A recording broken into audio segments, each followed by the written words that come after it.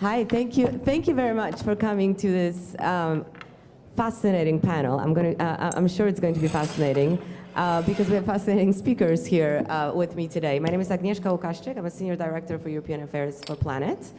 And I am extremely, extremely happy that we can talk about Earth observation, and particularly about Earth observation in Europe. So I will quickly introduce my speakers.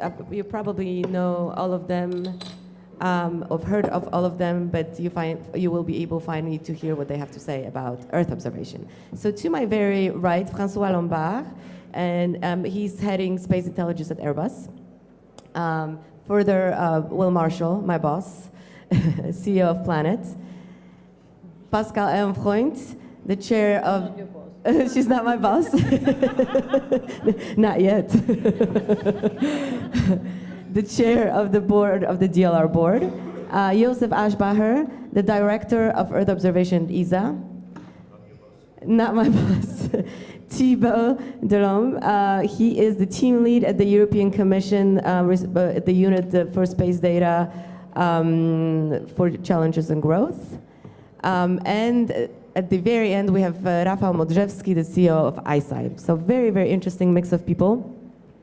And we didn't want to bore you with presentations. We actually want to have discussion with you. So I am going to ask some questions, but please think about questions that you would like to ask, because this is your chance to confront these guys. So take advantage of it. But before, so let's give our audience a little bit of an update. What is happening in your respective companies, institutions? What's new? What should we know about? François, would you like to start? I can start. Hope it works. Yeah. So good morning, still everybody. So in Airbus, what happens in Airbus? Maybe a short summary of the last few months. We are in the middle of major investment phase on the services side. The company had decided to put really a very sizable amount of money on the table to actually develop the next generation of satellites. Working on our 4 next Pléiades Neo satellites, launches in 2020. This is the big project for us currently, which is also a bit, let's say, pushing the teams to go fast to hit the targets in 2020. We'll deliver 30 centimeter resolution, and hopefully this will also fit very well with the rest of our partners like Planet in terms of compatibility of data. Second big topics I'd like to mention is we made some demos during the summer of high altitude pseudo satellites, drones flying above 20 kilometers of altitude. For me also the kind of the new generation of EO, very complementary with satellites. We delivered like something like 13,000 images tracking objects moving. The resolution is even better. You go below 20 centimeter. You see, you can do video. You get persistent information. So very exciting on the data side. Now the big step for us now is to find also all the customers that we want all this data we are preparing for the next 10 years. Excellent. The customers are here in the audience. Will, what's going on in Planet? Well, I guess if we roll it back about 8 months, we were really excited to get to the daily imaging mission, having launched 150 satellites. So we have this fleet of satellites that image the entire landmass of the Earth at 3-meter resolution once per day. And over the last few months, we've been seeing lots of interesting applications of that data. The one that I'm most proud about recently that happened was that people are using the data to measure and monitor all the coral reefs around the world every day and track the bleaching of those coral reefs. It's the first time that the coral reefs have been measured in high resolution and on a regular basis to stop illegal fishing, for example, in those marine protected areas. Some of the recent things that happened over the last couple of months, we did this partnership with Airbus, which we're really excited. François says it's old space and new space. I just say it's complementary space capabilities working together. We are doing a partnership together to deliver some data for the European Space Agency. We're really excited about that, and the European Commission. Just last week, we signed a contract with NASA, which I used to work at NASA, and so it's really great to be working with them. We actually initially avoided government contracts because we really wanted to be privately driven, and then supply the same capabilities to governments. But I'm proud of the fact that we're now working with NASA on to get the data in the hands of some of their scientists. Just coming up, we've got a couple of launches, and next month we've got 2 launches, one of a couple more of the Sky satellites and some more Doves. But I'm most excited about the PSLV that we have going up, which includes a couple more satellites that are doing all of the Sentinel-2 visible optical bands. So we have 14 bands, going from 4 bands to 14 bands on the Doves, so that they match all the Sentinel bands, but at 3 meters and at daily imaging of the landmass of the planet. I'm really excited by that, and so I'm looking forward to seeing how those satellites work and comparing them with the Sentinel data, and whether we can mix and match the algorithms and the analytics work that go from the Sentinel-2 data to the Dove data. Really excited about that compatibility and how that can expand the market. So those are some of the things I'm most excited about. Thank you. Pascal, can you tell us a little bit about what's happening at DLR, obviously, but the research side of things? Yeah, so, but first I have to mention that Germany is the largest contributor to the Copernicus program, of course, and that we are the most important partner. I'm not your boss, yeah. But I think we have also really a very vibrant program in Earth observation, which is national. We are pioneers in radar technology, and still have in orbit our own satellites, TerraSAR-X and Tandem-X, and in a public-private partnership with Airbus, we actually developed digital elevation model of nearly the entire Earth surface, and that's really fantastic. And what you can do with scientific, we have, of course, the right for the scientific data, and what you can do with it for global analysis, like looking at the global urban footprint, and the global water pack, and that's really amazing. I think it's a really big start in order to look at global analysis. So something really exciting, we had a press conference yesterday. We developed a hyperspectral instrument, a small one, which is the first Earth observation experiment on the International Space Station in a cooperation with Teledyne Brown, which built the MUSES platform on the International Space Station. We actually commissioned the instrument. It was launched and commissioned in August. And we have the first data, and because he was bragging about the coral reef, yes, I'm bragging now about the chlorophyll A. Yeah? They're fantastic data. And I remember I was still maybe 10 years ago, we discussed at ESA, could we ever actually do Earth observations from the International Space Station? And there were so many, yeah, that's just happened, and it's actually in 2 years, 2.5 years, we managed this really small instrument, also not extremely expensive, but 30-meter resolution, fantastic data, and if you come to the DLR stand. So that's a nice surprise, and shows you also that you can do something in a really rapid way when you are a research organization. You just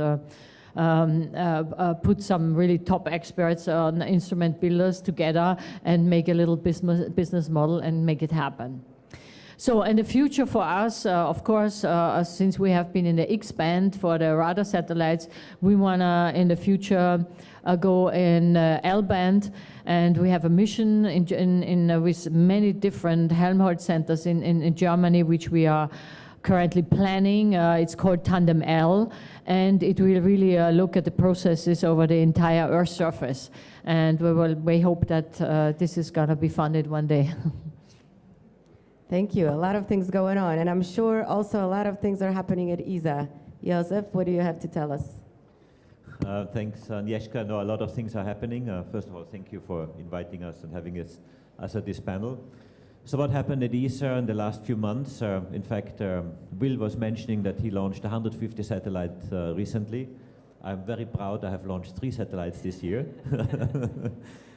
which is, I have to say, the highest number we ever had launched in an ESA Earth observation program in 1 year, in a very short period of time. But the other nice thing is that we have launched one satellite from each program line which we have. We have launched Sentinel-3B, Copernicus. We have launched an Earth Explorer, AELOS, which we launched in August, and actually one of the most exciting missions from a research and science point of view. And we are launching, we have not yet launched, but we are launching a meteorological satellite on the 7th of November, METOP-C, which is the third one in a row of the polar orbiting satellites for meteorology, where we work with EUMETSAT, which we deliver for EUMETSAT, and they will operate the satellite. So I think from that point of view, it also highlights a bit the lines that we have, the science, the Sentinel, and the meteorology line, which is actually going pretty well at the moment in our Earth observation portfolio. We are at the moment developing 26 satellites, which is quite a lot for us. We're operating 14 satellites today, so it's a very solid Earth observation program, and I would say certainly comparable to that of NASA, for example, or other major international space agencies. And I think it's our customers and our users are, they are, I would say, witness of, and they are confirming to us that this is that they're really happy with this type of data. Let me mention one of these numbers, on Copernicus in particular, which we operate for the European Commission, from the central data hub of what we call the Sentinel Science Hub. Actually, it's a data hub.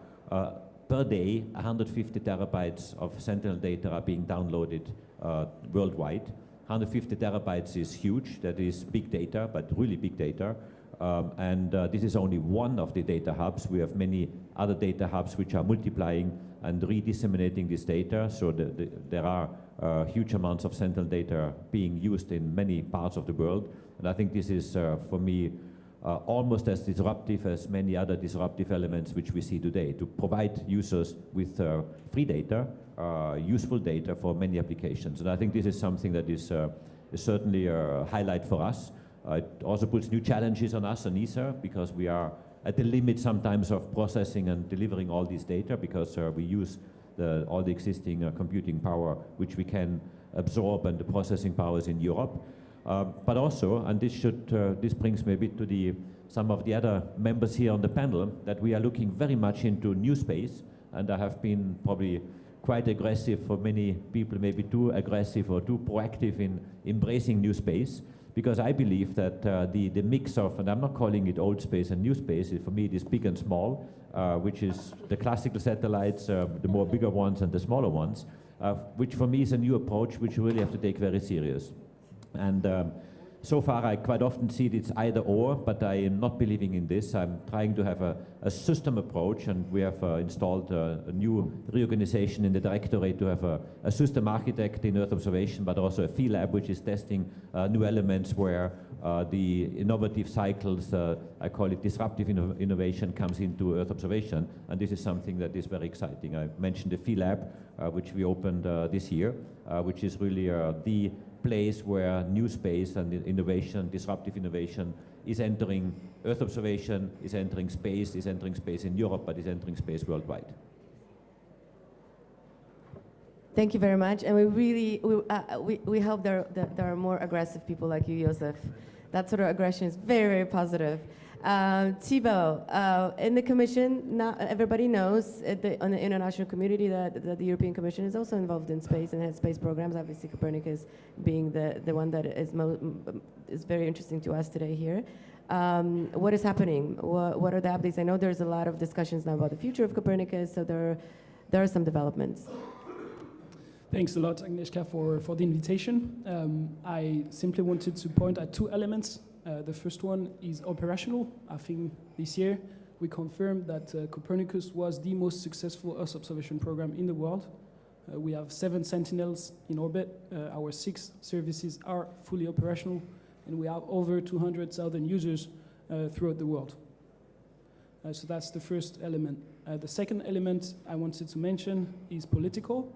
We've proposed a new regulation to the European Council and to the European Parliament to ensure the continuation and expansion of the EU space program. It's a very important landmark And I just wanted to encourage all the stakeholders around the table and in the room to support our efforts in that direction to make sure that Europe remains the world leader in Earth observation. Thank you very much. Rafael, before I get to you, I just want to tell everyone that we have some questions for the audience you probably see over here. And so you just go to slido.com and hashtag golden, and please give us some indications what you think, because we would love to discuss that later. Rafael, ISI, it's a very hot topic right now. Everybody's talking about ISI. You guys are doing a lot of things. What is happening? Give us an update. So thank you very much, everyone, for being part of the panel. Thank you, Agnieszka, for organizing it. I'm glad that everyone is talking about us. That's great.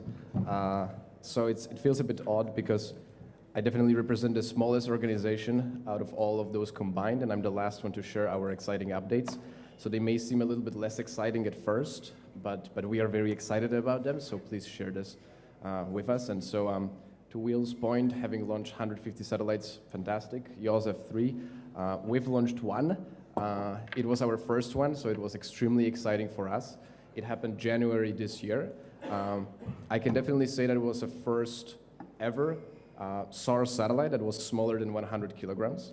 And it was the first ever satellite that was actually entirely built by a commercial company just for the commercial purposes. So that satellite called ISI-X1 was a great success of ours, and we've really been extremely excited.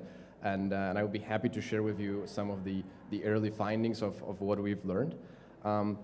The idea of that satellite was definitely to be a learning experience for us. Sometimes you hear that new space approaches building spacecrafts in a bit of a different way. We like to call it an agile hardware development. The idea is that you learn by doing. And if you look at the way ISI has been building its hardware, it's basically been a consecutive amount of prototypes and prototypes and prototypes after prototypes. And basically ISI-X1 in the one way was a prototype. So all the lessons learned that we've got from it are fantastic. And they've driven us to build further and more exciting spacecrafts. I'm happy to share with you that if you are interested in looking at the data, we've got publicly available data set on our website, both georeferenced and non-georeferenced. You just have to log in over there with your name and surname, and you will be able to download those. They are really interesting. This is a 10-meter resolution SAR imagery from 5 different places around the globe. We've tried to run some basic algorithms on it with vessels, ship tracking, segmentation for fields, so I encourage you to do the same thing. So once we've passed the biggest part of our journey, which was the launching of the first satellite, we've started moving further and basically rebuilding our next satellite. From that perspective, a huge thing was a round of financing, so we've closed a $34 million round of financing mid this year.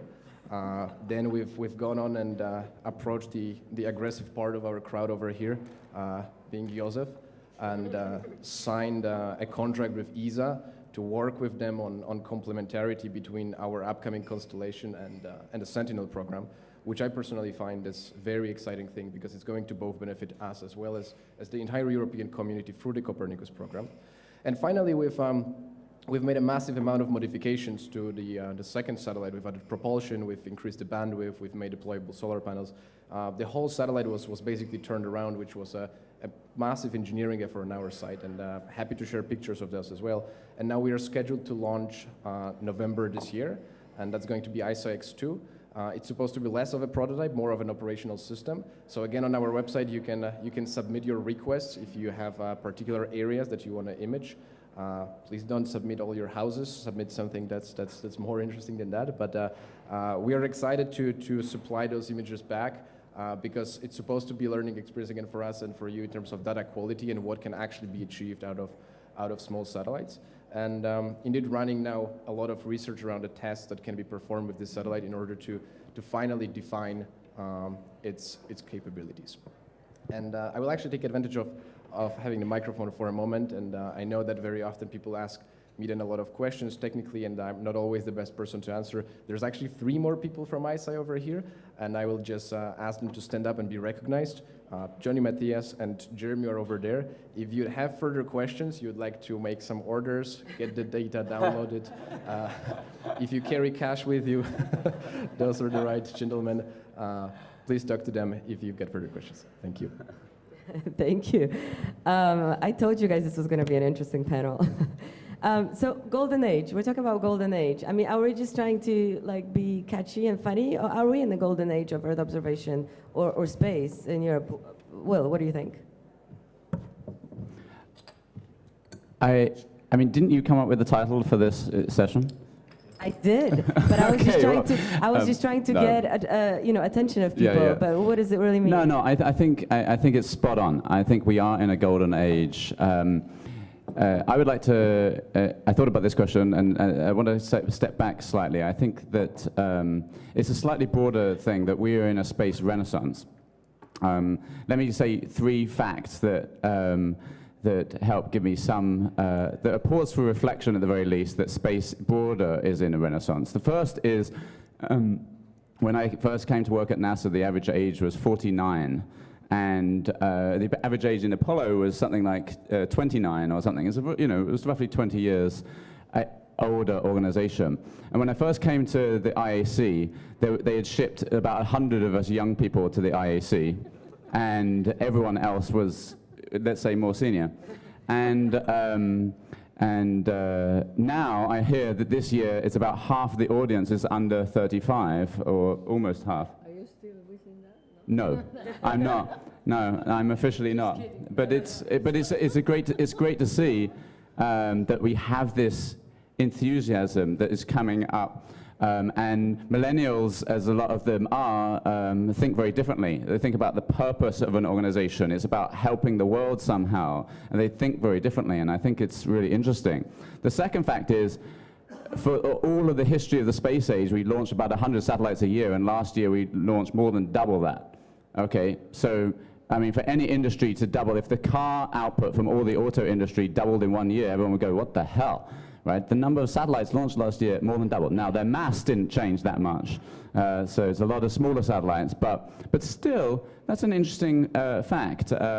And just thirdly, the majority of those satellites were Earth observation, not communication satellites, not science satellites. Actually, Earth observation has become the dominant number of satellites being launched. And so we're in a renaissance, and in a more broad sense, and Earth observation is certainly in a renaissance. I mean, I want to compliment the Commission and the European Space Agency and Airbus for all the work that they've done in the Sentinel program, because I mean, I think that is the cornerstone of what has happened over the last few years in Earth observation. And obviously we had Landsat for decades, and ESA has and the Commission have built off the top of that and made it even more bands and more spectacular as a, if you like, a ground point for everyone to work on. And then we have some really exciting things like Planet doing the satellites that we're doing that are complementing that. And if I think about that, a lot of that is happening in Europe. Obviously, the Sentinel program is happening in Europe. People might be surprised to note that the most satellites being operated in Europe are in Berlin, in our little offices there, where we do have a mission control system for all our doves. Europe is at the heart of this, and I think that's so fantastic. I mean, obviously, Europe, right back to the scientific revolution, has led the way. And what better place to focus the light of European science and energy than on our beautiful planet, and using data about it to help us to take better care of it. So I think it's not only are we in a golden age, I think Europe is leading it, and I think that it's a brilliant thing that is happening. I think we can just go home now. We're in the golden age. Everything is great. That's good. Well, that's just my answer. Pascal, did you want to add to that? Well, I think that there's a lot of things which I agree with, because with the Copernicus program, I think we have really become an important player internationally.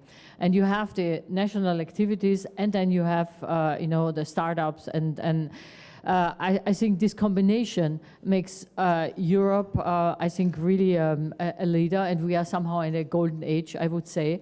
But it's always dangerous to be in a golden age. You have to look further.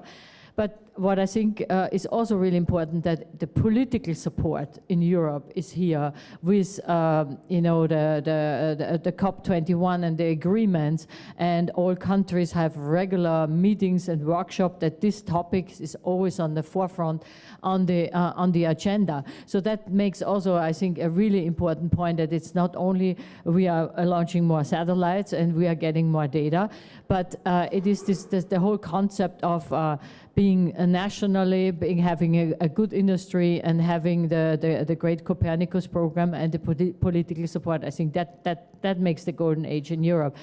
But I think we cannot stop here. You have to really look into the future, because we are just, I think we will be completely trampled over with data. We will have so many data, and we will have to learn to deal with the data. We learn it on the way to do all those global analysis, and we need to you know, engage with artificial intelligence. So the golden age is here, but it will not stay here if we don't learn to deal with those masses on data, and what we actually do with it and how we can analyze it. Yeah, it's just the beginning of this golden age. Joseph, I see you and Thibaut want to answer, which is fantastic, because I think I wanted to ask you, kind of add to this the question that we asked the audience. So we asked, you know, what makes the golden age golden, and everybody's talking. You can see the audience split pretty much half-half. So obviously the Copernicus program and the free and open data policy, so that's important, and the combination of EO services between that and industry. So do you agree with that, and does that really contribute to what we are calling the golden age? Of course, I agree with the audience. The audience is always right. No, but let me mention 2 points on the golden age thing. First of all, I don't want to congratulate ourselves too much. I think we are, well, most of us are European, but let me point out 2 things. One, Europe has benefited for many decades from provision of also free data from the US in particular, Landsat data. And I think this has also helped us in Europe, building up a knowledge and expert base, a community that is ready to use these data and really benefit from them. And I think today we are in the lucky situation that we can pay back and also contribute globally with our data to this global effort. And the second point is really one of policy and global responsibility which we have in Europe. And I think it is what Pascal was saying before, the Kyoto Protocol, the Paris Agreement, all the international treaties, where I think we all realize that this is a major responsibility of all of us. This is not only Europe, this is a global responsibility to monitor the planet, to better understand the various parameters, to see where we are going, what the major threats and but also opportunities are, and to simply better manage humankind on this planet. And therefore, Earth observation is not the only, but is one tool of doing that and having a better understanding of where we are and where we go. And I think this is, in my opinion, maybe the even bigger, would say, the bigger part of the gold of the Earth observation era in Europe, that our politicians have understood through the creation of Copernicus, but also many other programs, have understood that we have a responsibility to preserve our planet, to monitor it, and therefore we need tools to do that, and the satellites are doing exactly that. And I think this is something I really would like to underline there. And of course our satellites are then fantastic and they provide all this data, and this is all fine. But I think we have to see the purpose of it and the international context.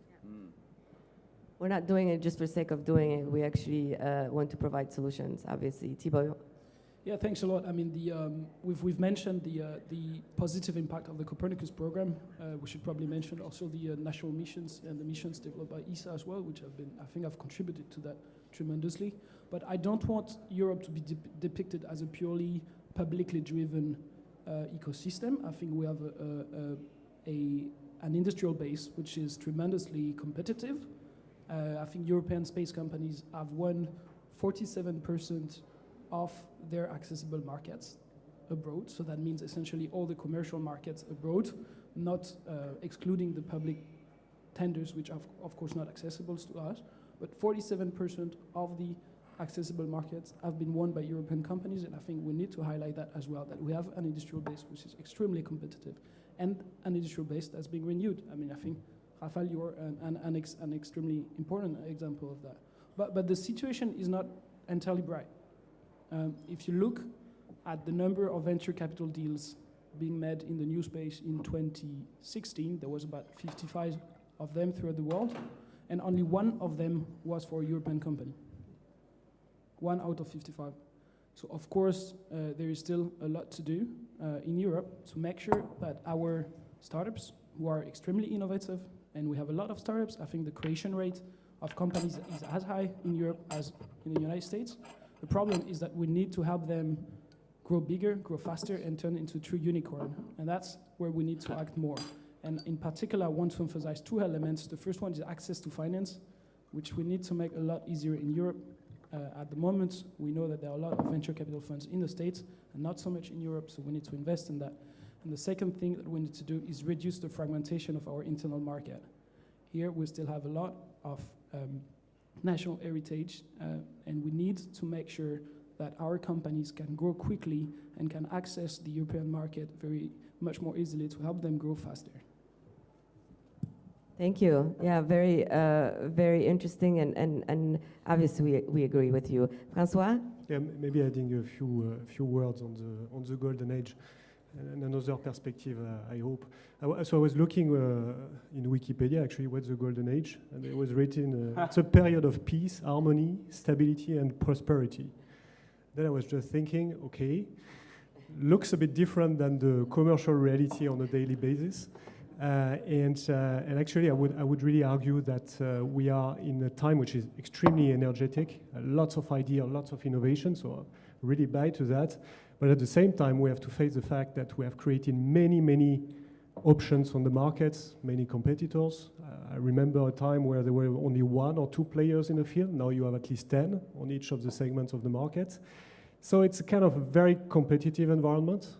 And you mentioned the investment venture caps in 2016. There was a lot of money in the market, mainly in the US, 2017 as well. I think some of the people are also asking for some payback, step by step. So I guess we will enter into a phase which will be also very interesting because you will see what is real and what is not.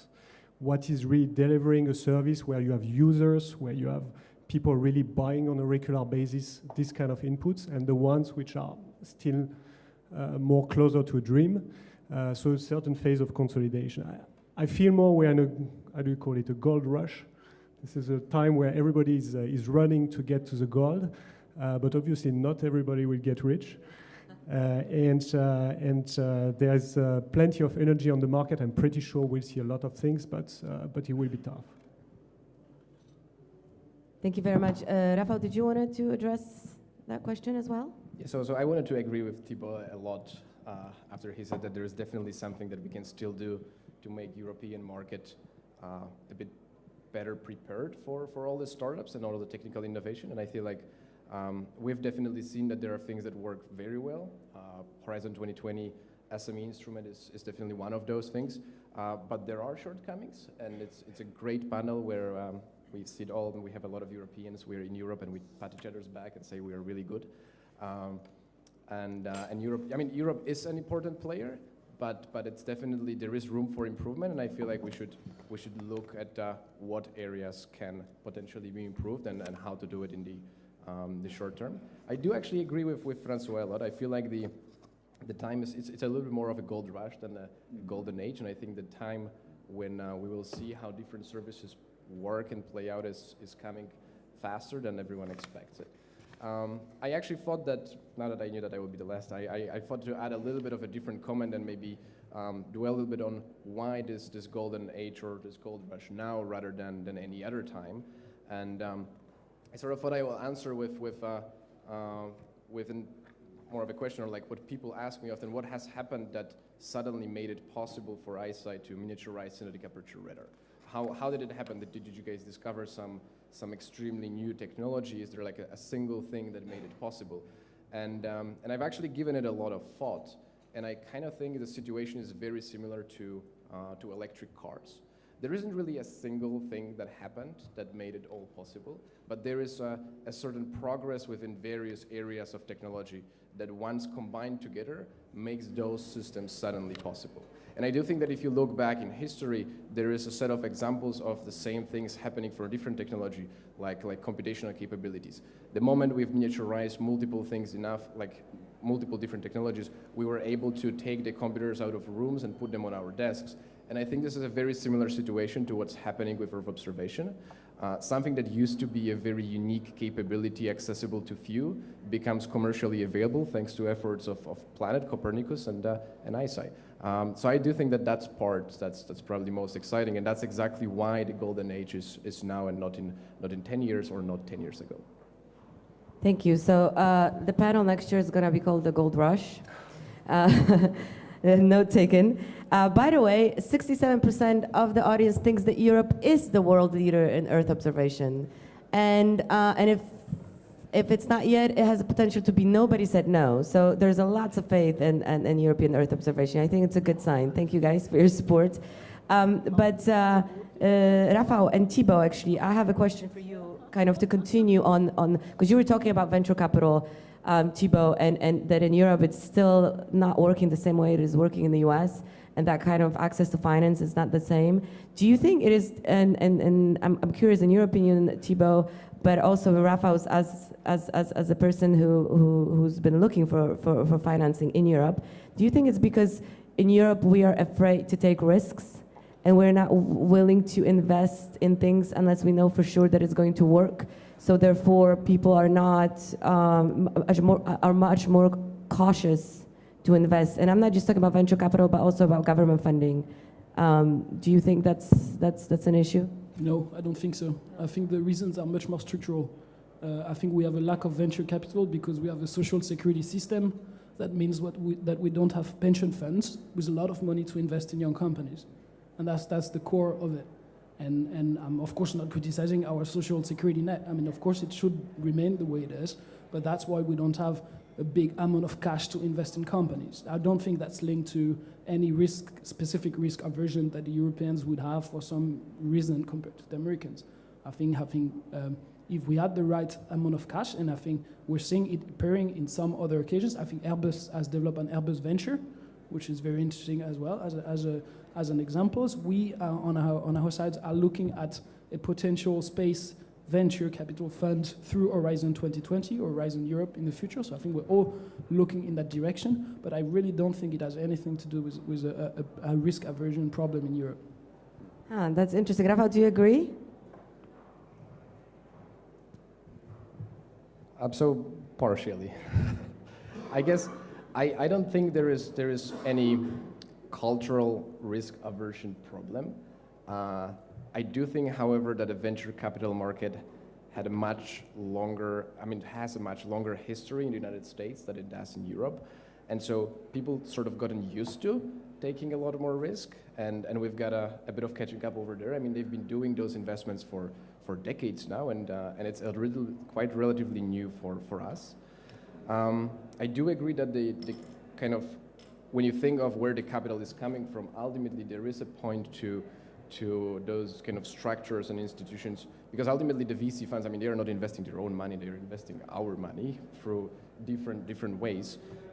So I do agree that there is definitely a thing over here.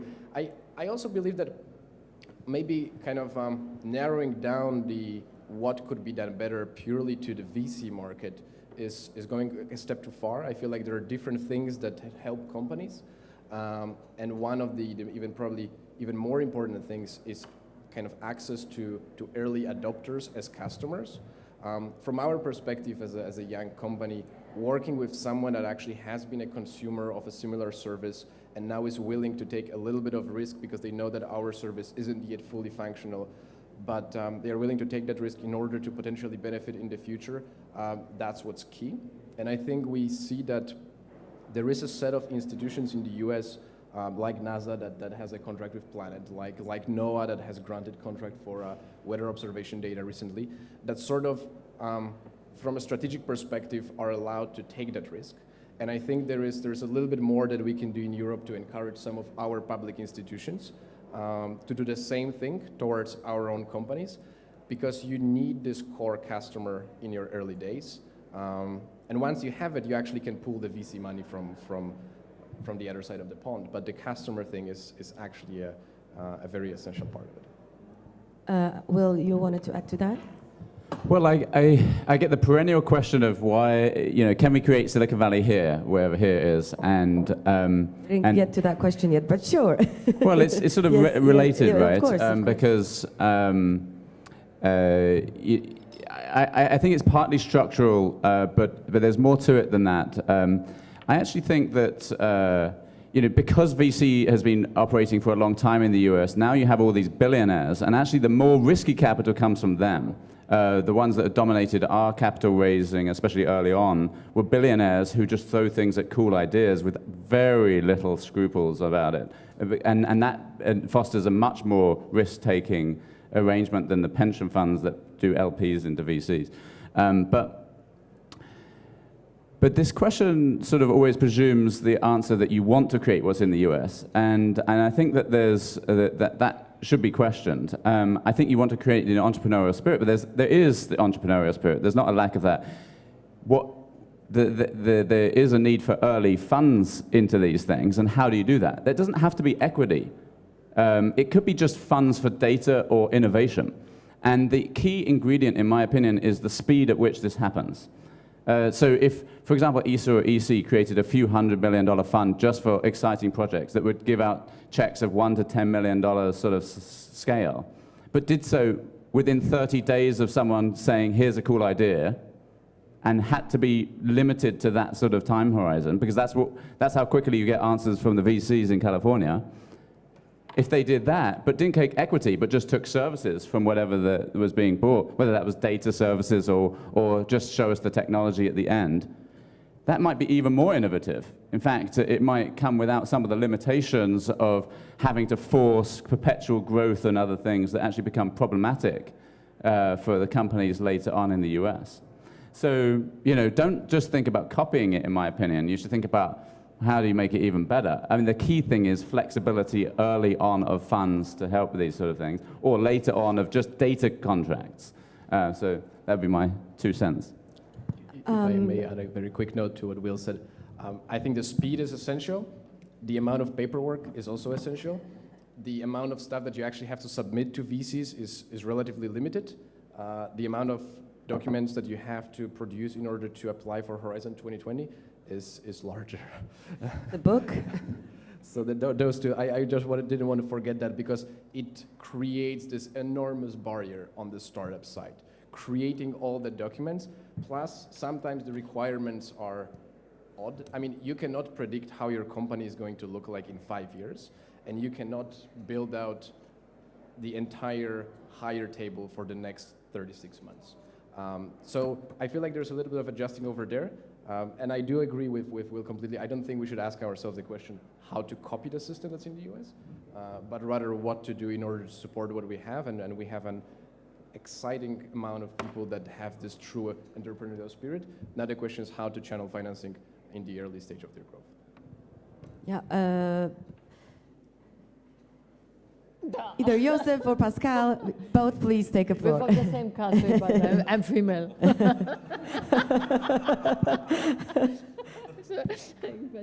Well, I wanted to say I'm not so optimistic how we actually deal with Europe, and in particular with new space and with venture capital. I have the feeling it is utterly slow. I also agree that we cannot copy it, because it's, I do think that there's a cultural difference. I'm sorry, I've lived 8 years in the US, and coming back here, it's like always a really big risk aversion. And I think that it's, we don't have a real system in order to inspire and really have entrepreneurial spirit, all over many stakeholders. I think we have a lot to learn, and we cannot copy the US. This is completely clear, but we have to do something. And I just was at the economic summit, and then we looked at also at artificial intelligence. And the publication and the output in artificial intelligence did not exist in China, for instance, in the 80s. And when you see how they are speeded up, they are now eye in publications in artificial intelligence with the US.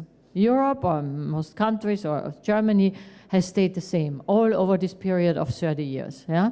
And this is, for instance, something, and now we start to say we need funds, we need a French, German institute for artificial intelligence. We slept away, I'm sorry, but we overslept this period, and China just was really raising with targeted investment. If you don't need a long-term performance, you know, if you want to get supremacy on a topic, you have to do a targeted investment. And this is not really what is happening. It's starting now with funds in Italy, in France, in Luxembourg, where these funds should be, and these funds should actually be, you know, helpful for startups in the new space area. But we are really in Europe far late, I have to say, and compared to the new space sector in the US, it will be very difficult to recover.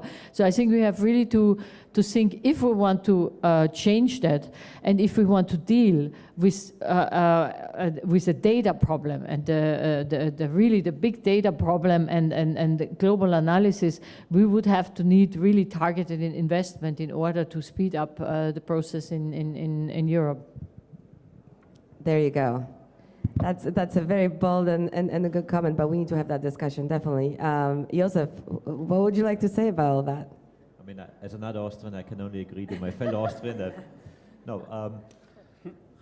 I mean, we have been in Silicon Valley. Last year we did a tour and visit some of the key companies. In fact, we have been visiting Planet, among others. I mean, what we took home from this extremely exciting tour is that, I mean, Europe has a lot to offer, has a lot of expertise. Silicon Valley, of course, is not transformable or transportable into Europe because there are many reasons why this would not work in Europe, and I don't want to dwell on those. But I think there's a lot we can learn from it, and we can see how can Europe build up a capacity which supports innovation and is dynamic and is faster and is more receptive and responsive to the market development. And I think one of the, I saw two things that are, I would say, the problem in Europe as compared to the Silicon Valley part. The two things that have been mentioned is speed and access to money. Speed is mainly decision processes, amount of paperwork, all the administration and the committees which we are so used to in Europe, and I think we have to cut back drastically if we want to make Europe more fit for competition. And the second one is really access to money. And I fully agree with what Rafal was saying, also some others have been mentioning. I think it doesn't need huge amounts of money, but easy access to money at an early phase. And once an idea is ripe enough, is mature enough, then other investors can come, banks, venture capital, or many other private investors, and they will come because they see that something is working, is making money at the end of the day, and is worth investing. And I think their institutions like ESA, the European Commission, national governments have a responsibility to help these companies in an early stage and really build up this capacity and grow an ecosystem of entrepreneurs which can come up to a certain level and then, of course, leave them alone.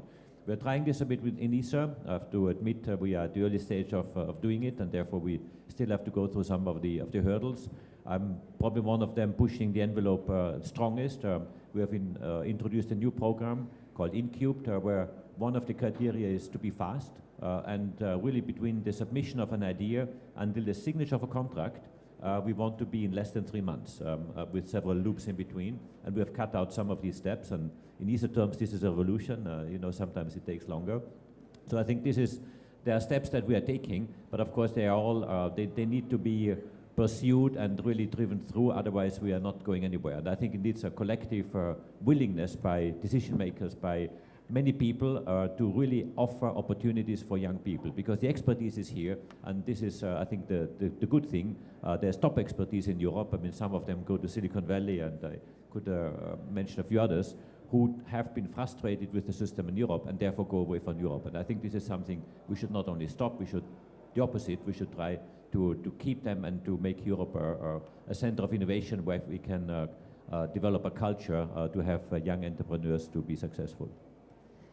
Thank you. Francois, I know you would like to add to that conversation. And I just wanted to stress that this question is not just about, we're not just talking about new space here. We're talking about risk aversion. We're talking in general. Okay? For instance, Airbus, a big company, obviously operates, you have so many different targets and even like internal competition, because there's some that sell satellites, but build satellites for others. You're selling the data. How can you take risks? Can you, is that corporate culture allows for risk taking? Well, I think so. Frankly speaking, the level of risk we take in terms of investment has been increasing a lot over the last years. We have changed the model from a purely, almost purely government-driven business to something which is getting actually more commercial. The majority of the business is commercial. So we had to change also the level of risk we put into our investments. We have said just on the service side, I mean, we have currently close to $1 billion of investments we have put on new satellites, on new services, on new data applications. I mean, it's not a small amount, and obviously this is coming from a European base.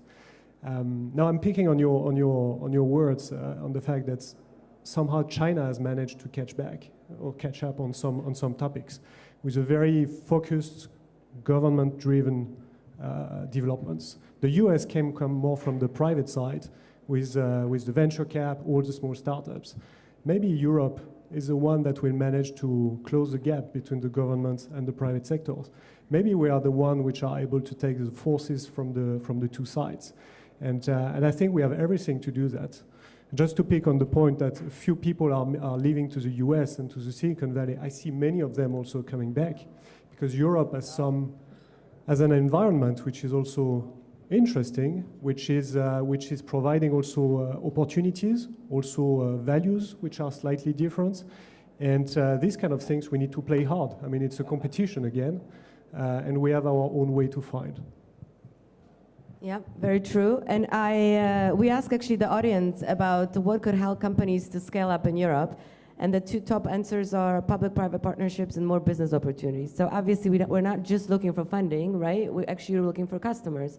We actually want to have real business opportunities. And so on that note, Francois, I actually want to continue with you, because I know Airbus is doing quite a few public-private partnerships with the Commission, for instance, or with ESA. Is that the way forward? Does that really help industry to work on something together with the public sector and contribute? Yeah. Well, we have done indeed a lot I would say in the past, including also with DLR on the radar constellation. Has been a success, I think. We have demonstrated together we can create a market. The data elevation models has been amazing products. And again, here the force of putting, or the strength of putting the governments, the DLR capabilities together with the private industry, I think is a marvelous example. Now, I think the model will have to evolve a bit over time. The PPP of 10 years ago cannot be the same as what we will build in the future.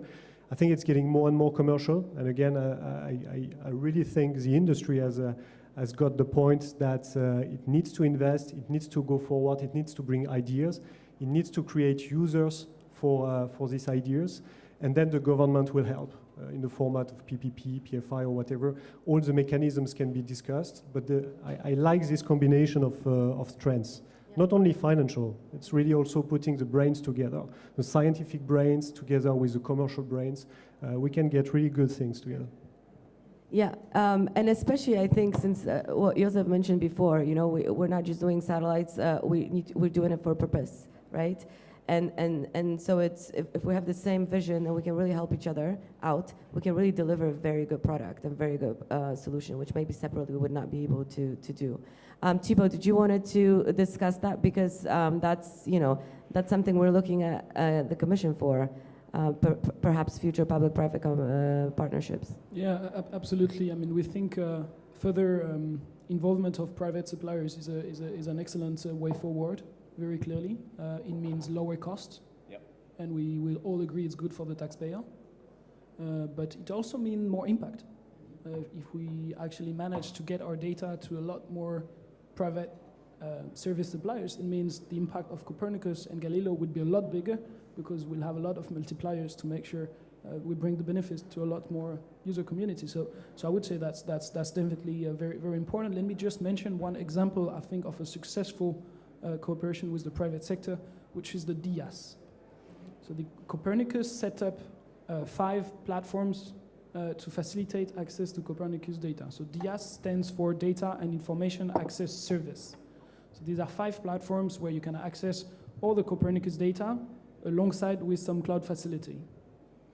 And the private sector actually sits on both sides of the DIAS, as a producer and as a consumer. So as a producer, we've trusted several industrial consortium, Airbus is one of them, to run these platforms on our behalf. So the Commission is not the owner of the infrastructure. We've just passed a service contract, and we're using industry as a normal commercial provider of service to the Commission to make sure that the data is available to all. But industry is also on the other side as a consumer of this platform. So we're making the data available, as I said, alongside some cloud computing facilities. So that means that you don't have to download the entire Copernicus archive before you can start using it. And that means that for SMEs and startups, they don't have to develop their own IT infrastructure. They can simply use the cloud directly and use the data there. And here again, I think it's a very good examples of how we can smartly involve private suppliers of and service suppliers based on Copernicus and Galileo input to develop even more services on a much easier manner, and to develop even more societal benefits for Europe in general. Thank you very much. Yeah, I mean, as the IAC theme says, let's involve everyone, right? And then we can achieve a lot more. Actually, we asked the question as well, should industry have a say in the future of Copernicus? And 77% people say yes, 23 people say no, it's policymaking only belongs to public sector. Thibaut, I'm going to put you on the spot again.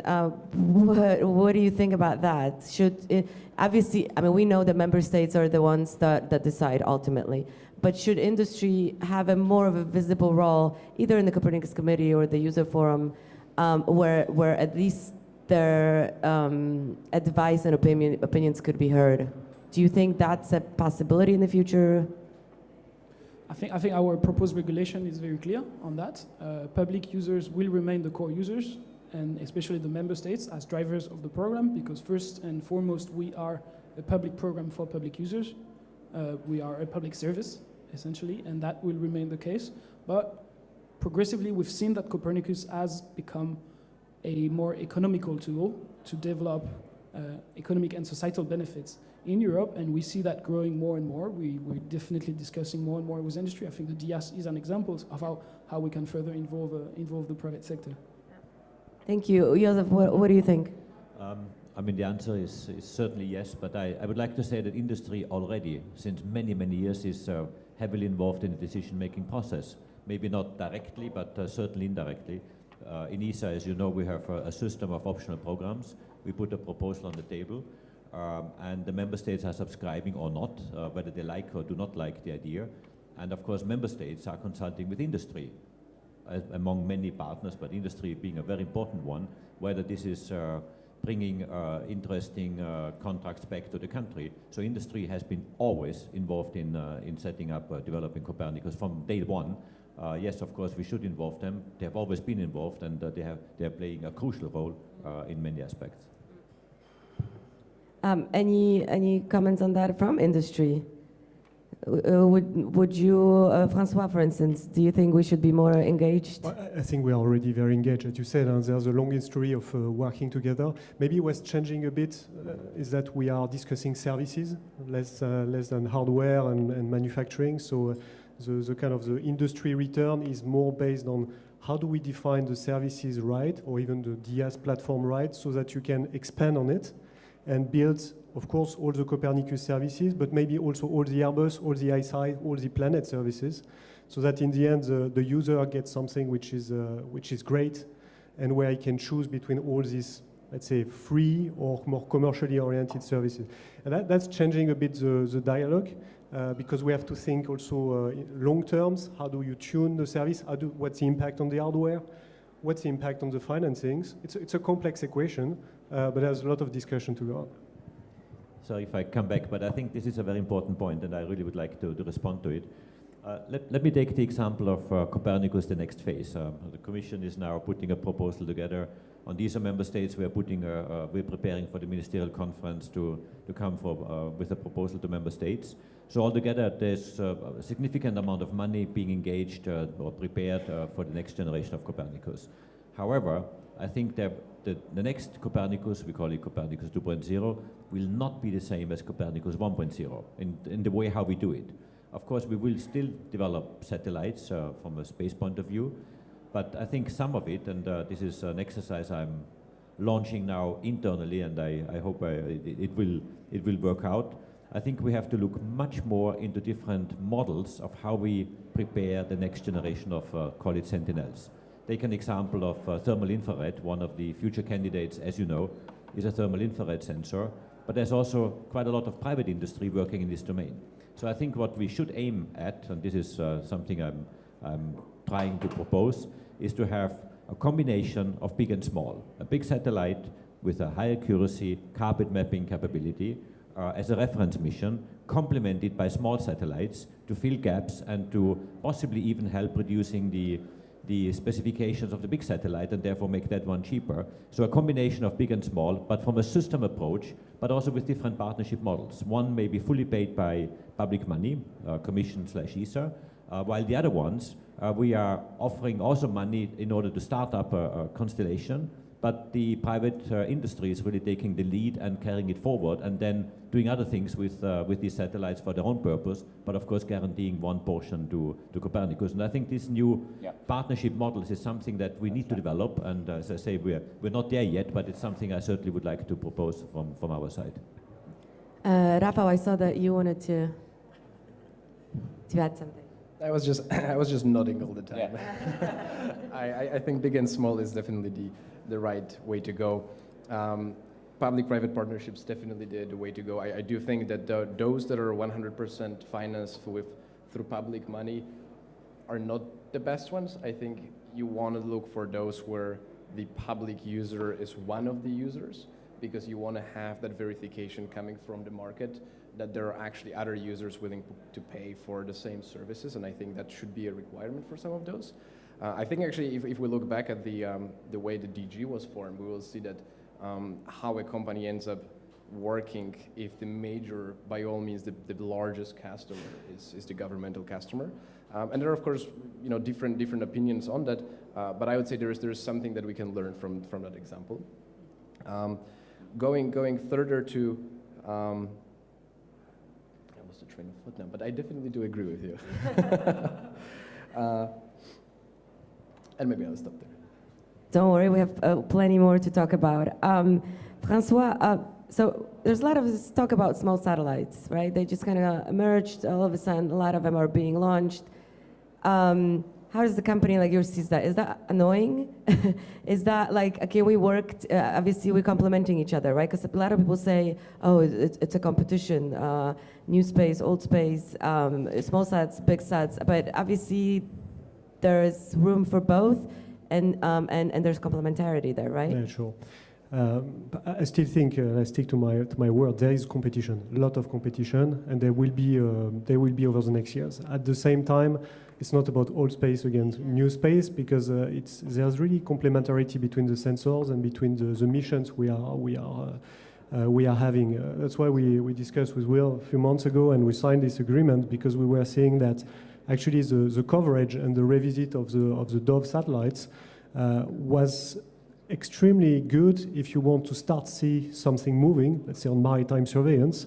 But then you will need to identify or check or go in a bit more into the details, and you will need to task satellites with a much higher resolution. So you have a kind of tip and cue approach, which is very, very positive. And also, I would say, we had this discussion, and we bet together on the VHR 2018, so a full coverage of Europe, which needs to be done in a very, very short time frame, and you need to do it without clouds. Normally at a very high resolution, but there are some areas where you better have a choice where, in terms of coverage, and where indeed the planet data was extremely helpful. So we are really finding these equations which are really positive. I wouldn't say I find these equations with all the startups and all the new ventures which are coming out of the new space, but there are a few players which are, for me, a very interesting proposal to the market, which can be enhanced if you put it together with other players. Fair enough, yeah. Good. Rafael, did you want to say something? I remember what I wanted to say, so I will add to it. I think one thing that what was already said about Copernicus and generally how the Europe should be changing is the speed part to it. I think one of the things that you see about small companies is that they really have a hard time predicting what their capability is going to be like in 2 years. And from that perspective, if you want to plan your next Copernicus program for 3, then you might miss the capability that they're going to develop in 12 months. So making those short cycles, kind of the consultancy cycles, much shorter, it's definitely going to help the Copernicus program be much more agile in terms of what it can actually take advantage of from the perspective of what's available out there. Because we see how those companies emerge and die within a single Copernicus cycle almost. You would like to at least be able to test whether the capability works or not. And from that perspective, I do think that the industry kind of involvement there exists. More is better. Sort of asking industry what is that they are about to do, on what are their future plans, what are the crazy concepts that they are about to develop, is probably very helpful if you're thinking of how to plan your services. Because it's really hard if you are not within the company to try to predict what that company or what the industry is about to do. If I would have to tell what Will is going to do with Plan, I would have no idea. So the question how to build a service based on something that they are doing is really hard unless you actually ask them what is it that the guys are planning and that they are going to have available in about a 2-year time. Well? Yeah, I wanted to follow on that. I completely agree. And I think these public-private partnerships are really great, and they need to evolve towards more data orders and flexible budgets that enable the purchase of the next generation capabilities rather than planned out programs for the next 10 years. Because we can't predict what we're going to build in that sort of time frame. And it's going to be revolutionary. And I understand how it's tricky to rely on things that you don't know what's coming, but the technology is changing so fast, right? And I think the best way around that is public-private partnerships that have really flexible budgets for data, where you just say, or even better, solve this problem, and then you guys figure out. Because we're really quick on iterating the spacecraft components to be better and better, but we can't predict exactly where it's going to go in 10 years' time, per Rafael's point. Thibaut, I have a question for you from the audience, actually. This is what we're asking audience. I have questions here that audience is asking, and the question is why do you guys pay for 5 different portals? So we're talking about DS. To access the same data? The answer is competition. If you want the user to really have a say in the type of services they can get from these platforms, you want to have some kind of competition so that your users can move from one to another, and to make sure there is sufficient competitive pressure to keep the DS on the two and to make sure that they deliver the best services possible to the users. Yes, because the point is not that they're just given access to data, but there are actually applications there. So obviously the data is the same across all of them, but what you get on top of it differs. Yeah. And also there's a question for Josef. Josef, you talked about different business models. Do you believe in procuring services from industry and having ESA rather focus on scientific missions? I think it will be a combination. I mean, ESA will certainly look at scientific missions, but we do procure huge amounts of data, as you probably know, both in the Copernicus context, but also what we call EarthNet, which is a third-party program context. Because one of the purposes, and this is something we're doing especially with some of the small sat companies, to develop a market and be an anchor customer for some time in order to make sure that these services and these constellations can develop. And I think it will need both. It's not either or, but it needs a healthy reflection on the ratio between those and what is needed at what time and for what purpose. So I think there is no black and white answer. I think it is you need a good combination of it. Yeah. Will, there's a question for you. How much do you see what could be called downstream analytics as the future of a planet's activity? Can it be measured? It's a quite ambiguous question, but I think the future in general for Earth observation is what I call a sort of AI plus space towards a concept I talked recently in a TED talk about queryable Earth, which is all about, talking about things we couldn't predict just a few years ago. When we started Planets just 6 years ago, it was impossible to predict what was going to happen in artificial intelligence, machine learning.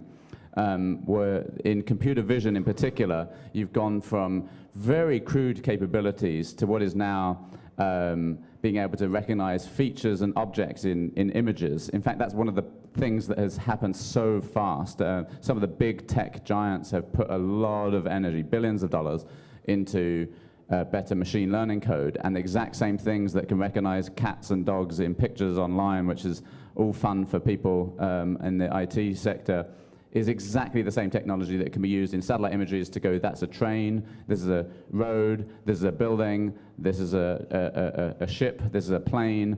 And so the next phase where we're going with Planet is we've got this great data set of images of the whole planet every day, and then turn that into a database of all the objects on the planet. So if in each image we can say identify all the objects, then you can basically build up a database of what's on the planet over time.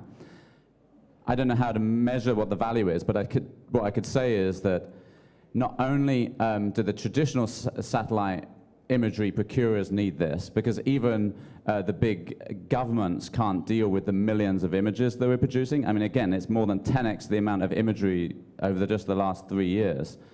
In terms of area down, and that's like a big volume that even the traditional users can't handle. So the analytics is needed for them just to filter the images. Just show us the one where there's ships, or just show us the images where there's new roads. But it also at the same time facilitates a whole new class of users, which are, it's a democratizing tool, because the analytics means that you don't have to have an expert in satellite imagery in your team in order to figure out what's in the picture.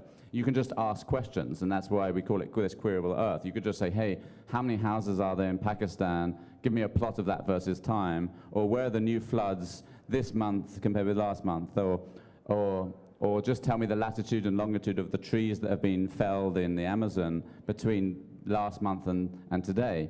And those sort of questions, then you don't need to have any satellite imagery experts. And I think that opens up a whole new area. What we're trying to do at Planet is do foundational things that enable lots of different verticals, as opposed to go into all the different markets. So there's so many things in terms of analytics that can be done. But doing the core analytics that a lot of people need is certainly something that's important. And I do think it will open up huge markets. And it's very hard to predict how big they will be. In fact, it's nigh on impossible. I think another one, extremely important, or it's not only one particular parameter, but parameters related to it, is to better understand or to better predict climate and how our planet changes, and in particular climate change is one parameter, both from an atmospheric point of view, but also other parameters. So I think to have parameters measuring carbon dioxide with high accuracy good enough to measure the state, therefore improve climate models, and therefore come to better predictions of how much the Earth is warming, for example, is critical. CO2, as we all know, is a very difficult gas to measure. There are a few satellites doing it today, but not extremely accurate, and I think this is one of the next challenges which we will take on board, certainly in Europe, to measure that. Can I add? I think we could go. Historically, satellite imagery was quite old, and then we're moving up in temporal cadence. I think that we should be moving up more in spectral resolution, spatial resolution, and temporal resolution. I mean, that's the fundamental ways in which we can go. Ultimately, for temporal resolution, we need SAR to go up. But the better and more real-time our information about the planet, the smarter we can be as humans taking care of it. So the fundamentals are increase the temporal cadence to get inside the human decision-making loop, whatever that timescale is. Getting it to daily at least helps with weekly sort of activities, but it doesn't help with hourly activities, And so, the more you can do that, the more you can make smarter decisions to manage the planet. Yeah, just adding on that, I also believe this question of revisit is driving us towards persistence. In the end, what I would like to do is to get constantly information on the same spot, if at best in video stream, days and nights. And we are not yet there. And one of the aspects, obviously, we have to take into account, we won't be able to do that only from space.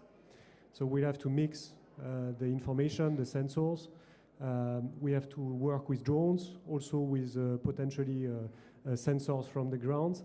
And that's something we have to make our revolution to get towards persistence. I know there are plenty of users that will have plenty of ideas on services and on usage if they would see their house or whatever every day, all the time. Yeah, I just want to, because I know it's nearly 1, you want to cut us off. Yeah. I talked before about the project from DLR, which is a Tandem L mission, which is really doing quantitative recording, wants to do quantitative recording of the dynamic processes, and then just really looking systematically about biosphere, geosphere, cryosphere, hydrosphere, and that in a really, really, really rapid, as you just said, possibility. You want to have data, so that's in about 8 days we can monitor the entire Earth, and I think and measure also a lot of essential climate variables. So I think this is something which is the future, and I think I totally agree with the point about having additional measurements, from the ground and so. But I think something what we also, because we are always looking in the future, what we did not discuss is that we have data which we have over 30 years in archives. And those data, they are very precious because also they lead us how fast we develop and how we talked about our planet, and that most of those observations are really done in order to secure our future. And we have also to look a little bit in the past and use these archives in order to see how fast we actually process our planet. Yeah, so we process our planet, and because it's our only habitat. And I think this is an additional point which we really need to take into account when we go in the future. Yeah, definitely. We need to wrap it up, but there's one bit of a provocative question that I will take a prerogative answer myself. But it says small sats usually deliver lower resolution, worse performance than large systems. The user community will always push for the latter. Will Copernicus ever use small sats? Well, the Copernicus is already using small sats. Our Dove satellites are a contributing mission to Copernicus, so I think then the quality must be quite good. And one last but not least, we need to go, each of you, like in literally 1 sentence, 2 sentences, what's the next big thing in EO? But think really, not what you're working on now, but what would you like to see? What do you think is going to happen that's going to be a game changer? I will allow myself to start since I was the last one to begin. And actually, to Will's point, I think the next big thing for us is going to be simultaneous acquisition between different sensors. We are right now trying to match SAR and AIS, and even 5 minutes of difference in terms of when those data was acquired is extremely challenging for the computer to deal with. Doing simultaneous optical and SAR and AIS, it's what I think is the next big step for Earth observation. Thank you. Tiba? I would think that the next big thing is what I would call the mainstreaming of Earth observation data. So making it as easy to use Earth observation data as it is, for instance, to use a GPS signal. And then you actually open up your data not only to a few thousand remote sensing experts, but millions of potential developers who will then bring your data to a whole lot bigger community. Yeah, for sure. No, fully agree with what was said. I think what I see is that we are getting more towards system of system approaches, so end-to-end systems, merging different types of sensors on satellites, radar, optical, and so on, but also merging it with intelligence, artificial intelligence, machine learning on the satellite and immediately on the ground. So the satellite becomes more of an intelligent device already in space and submits exactly information required for certain customers. So I think the last person will then have nothing to say anymore because everything has been said already before. But coming back, three things. These are, really high resolution and fast satellites, which we know cover really most of the Earth processes. I think this is also the future of DLR. But also having this short from design, to commissioning and to sending data possibilities like we just now tried on the International Space Station, together with industry, public-private partnership, which is called DESIS. That is also something we said we need to have really good satellites and we need to have consistent data, but we also need this flexible element, and we need to have in 2 years something fast. And we want to continue with that at DLR, of course, with DESIS 2 or whatever. And big data has already been tackled. Our research organization like DLR is, of course, has an own institute for dealing with big data on Earth observation and machine learning.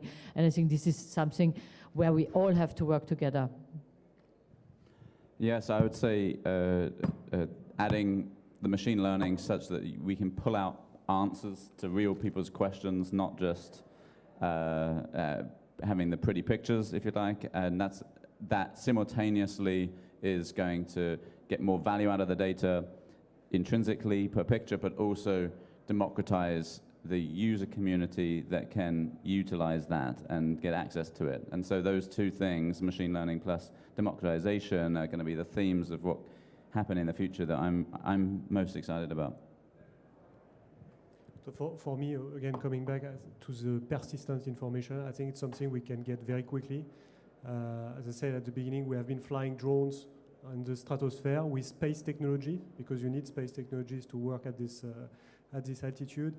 They are totally autonomous. They can give you information days and nights on the same spot. I think it's extremely exciting. I don't know how many we will need to actually make it a big service, probably a few hundreds, but at least it works. The technology is there, and it will totally change the way we use EU data. The challenge will be that we'll get even more data than we have today, so obviously all artificial intelligence and analytics will be even more than welcome.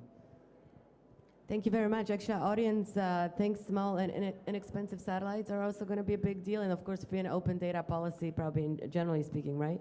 So, that's let's look forward to that. But I would like to thank my panelists for an excellent debate and being very open-minded and willing to take these questions and not beating around the bush, which sometimes, we go to these panels and it's a bunch of very kind of official, formal answers that we hear all the time. So I think it's very good to be provocative and to be brainstorming. And I think the message I would like to leave you with is that be it a golden age or golden rush, we are in a good place in Europe with Earth observation. Copernicus has revolutionized Earth observation. Industry is strong and can really contribute and make Copernicus even greater. So we can gain a lot more working together than against each other. Thank you very much.